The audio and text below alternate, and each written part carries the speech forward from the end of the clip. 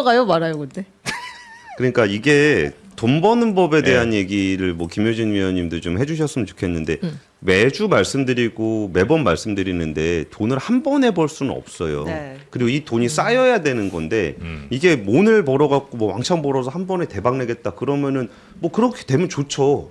그리고 뭐 레버리지 했는데 그냥 풀매수 해가지고 뭐 거기다가 레버리지 이빨 땡겨갖고 대출 받은 것까지 다 갖다 꼬라박아갖고 그날 10% 올랐는데 내는 레버리지가 엄청 높아갖고 100%가 됐다.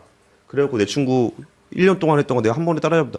그럴 수 있는 기회가 있다면은 얼마든지 하셔도 되는데 네. 돈을 그런 식으로 버는 사람은 거의 없어요. 그러니까 돈 많이 버셨던 분들은 정말 그 상승장에서 따박따박 벌어갖고 잘 지키고 그 다음 상승장에서 더 자산 불리고 되게 식상하다고 생각하시는데 그거 있잖아요. 그 다이어트 하는 방법 있잖아요. 그 좀 식이요법 조절하면서 운동 열심히 하는 거. 네. 그거 말고 답이 없다는 걸 다들 알면서 그리고 그러거든요. 비가 나왔죠. 마음자로 나왔죠. 아, 요요 못 보셨구나. 계속 먹는 방법이 있죠. 네, 김 박사님도 주변에 돈 버는 사람들 얘기 좀 해주시면 좋을 것 같은데요.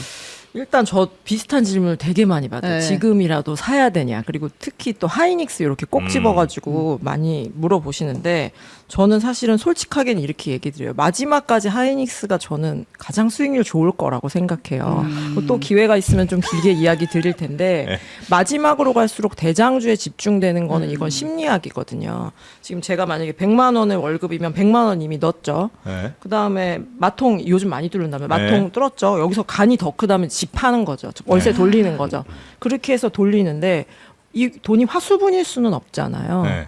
그래서 돈이 이제 들어가다 보면 너도 오르고 나도 오르는 시점이 있고 그 이후에는 점점 이제 사람들이 강남 아파트처럼 똘똘한 채로 몰아가거든요. 그래서 주변에 힘이 빠지면 자연스럽게 수익률 격차가 나잖아요. 그러면 겉봐 역시 하이닉스가 답이었어. 삼성전자 하이닉스가 답이야라고 하면서 수익률 격차가 더 벌어지고 네. 이러면서 마지막까지 저는 지금 대장주라고 불리우는 그 기업들의 주가가 더 상승할 거라고 생각하는데 네. 또 하나 말씀드리고 싶은 거는 고점에 팔 수는 없어요. 아마 권 기자님 똑같이 얘기하신 것 같아요. 고점을 알면 너무 좋겠죠. 근데 고점을 알 수는 없고 올라가는 속도가 빠르면 내려오는 속도는 더 빠릅니다. 그래요? 네. 그래서 저는 지금 너무 하고 싶다면 대장주 사십시오. 그런데 너무 많이 하지는, 무리하게 하지는 마세요. 이렇게 듣고 보면은 아유, 저런 얘기 나도 하겠네. 이렇게 생각하실 수도 있는데 이게 저의 되게 솔직한 마음입니다. 네. 그리고 저는 아까 이제 집 팔고 나면은 대장주 산다는 얘기 있잖아요. 근데 그 얘기를 이제 되게 그 사람들의 심리들을 잘 활용한 상품들이 많이 나와요. 예를 들어서 하이닉스 하나 한 종목 사기 되게 마음이 불안하잖아요. 그러면 반도체 ETF를 삽니다. 그럼 반도체 ETF를 사면 반도체 ETF도 하이닉스 사는 그쵸. 거거든요. 그리고 이제 거기다가 야, 너무 주가가 많이 오르는 것 같아서 마음이 불안해. 여기 안정적으로 월배당을 해줄 수 있는 커버드 콜 같은 건 어떨까? 그러면 반도체 커버드 콜을 하면 또 걔가 하이닉스를 삽니다. 미친 분산 투자인데요 지금. 그러면 레버리지를 하잖아요. 레버리지 할 때 2배 하려고 그러면 마음이 불안하잖아요. 네. 그럼 제일 안정적인 하이닉스 레버리지를 합니다.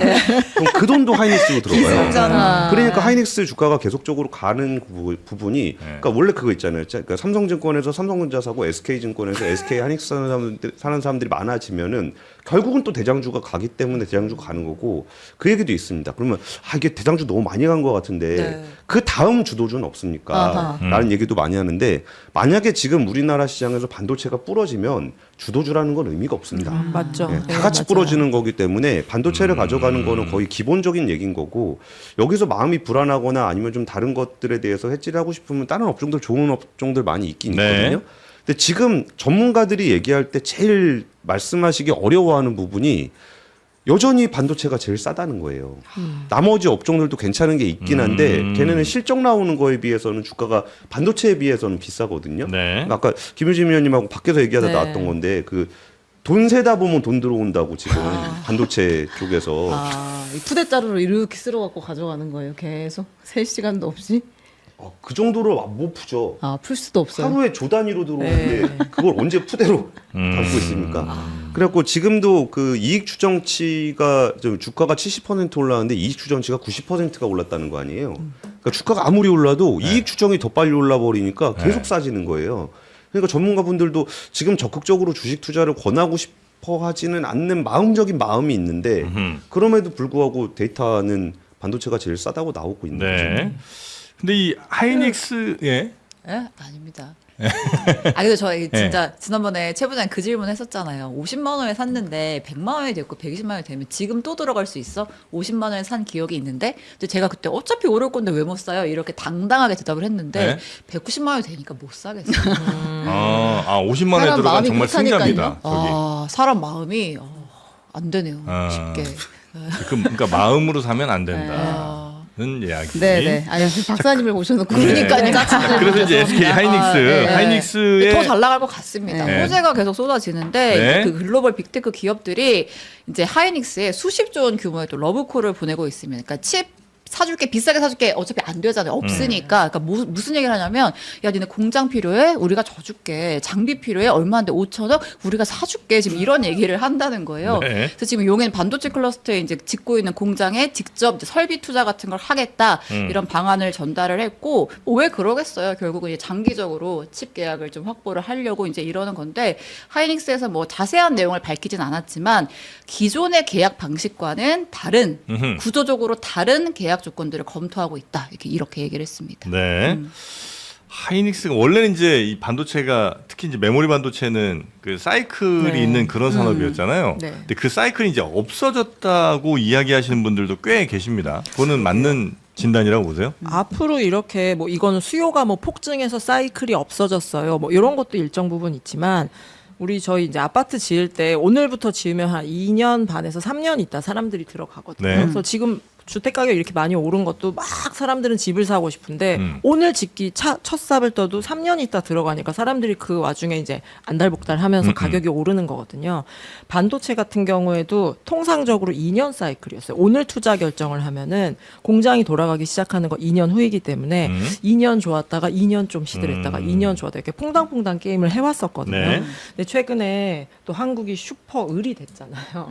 이 슈퍼을들한테 말씀하시는 것들이 기자님도 브리핑 해주신 것처럼 장비까지 사주겠다. 그리고 계약 1, 2년 나는 너의 친구야 이러면서 5년 계약할까? 그 대신 너무 비싼 건 좀 깎아주는데 어디 이하로 내려가면 그것도 내가 보전을 해줄게. 그리고 돈이 조금 없어? 그럼 장비도 내가 사줄게. 이런 식으로 하면서 만약에 이렇게 저희 뭐 LTA 롱텀 어그리먼트에서 장기 계약이라고 하는데 이런 걸 만약에 5년 가져간다라고 하면 기업 입장에서는 5년 동안은 약간 어느 정도 확보가 되는 거죠. 그래서 이제 사이클이 없어질 거야가 수요가 너무 좋으니까 이제 우상향만 할 거야라는 기대와 그리고 이러한 계약 구조의 변화 이런 것들이 맞물리면서 이제 계속 좋은 거 아닐까라는 이제 펌프들이 막 오고 있는 그런 상황입니다. 그래서 그거는 그럴 가능성이 좀 있다고 보세요? 일단은 협상들을 어떻게 하는지 조금 네. 봐야겠죠. 네. 그런데 일단은 이렇게 협상의 우선권을 가지고 지위를 갖고 우리가 협상해 본 적이 사실 그렇게 많진 않거든요. 그래서 그냥 네. 뭐 주식이 있는 분이시건 없는 분이시건 네.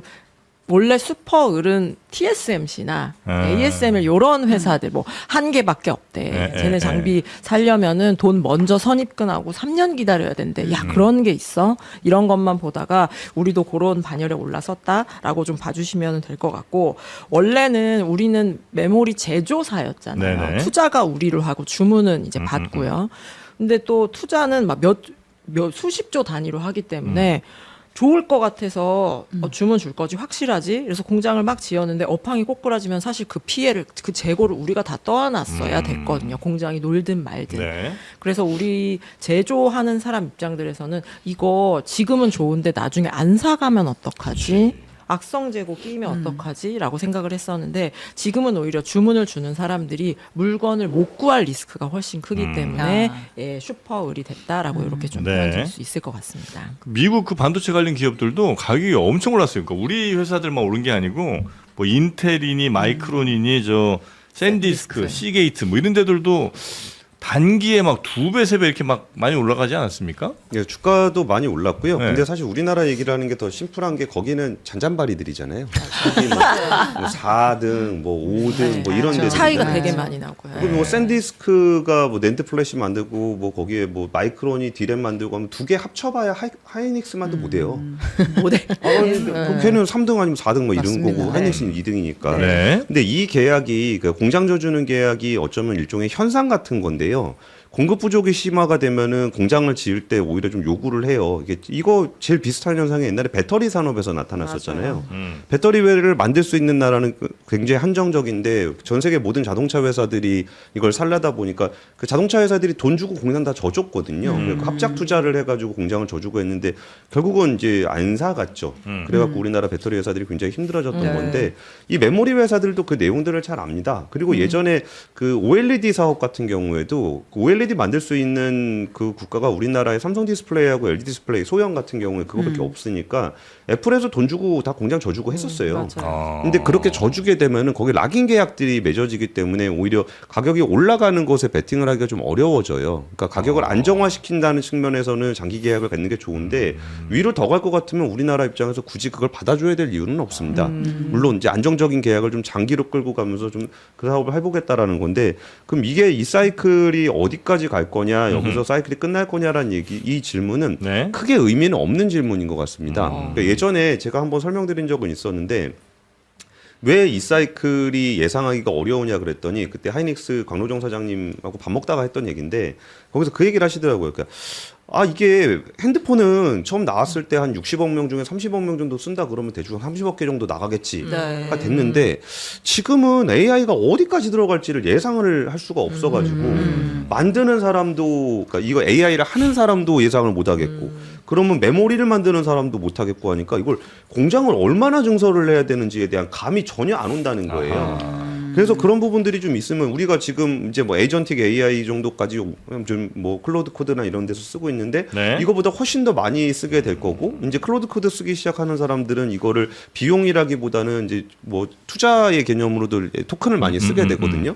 그럼 토큰 팩토리가 만들어지게 되면 훨씬 더 많이 쓰게 될 거고 피지컬로 가면 더 많이 쓰게 될 거고 여기에 우리가 디바이스로 가게 되면은 우리 디바이스에는 딜은 그렇게까지 많이 안 쓰잖아요. 네네네. 근데 온 디바이스 가면 그거 더 쓰게 될 거거든요.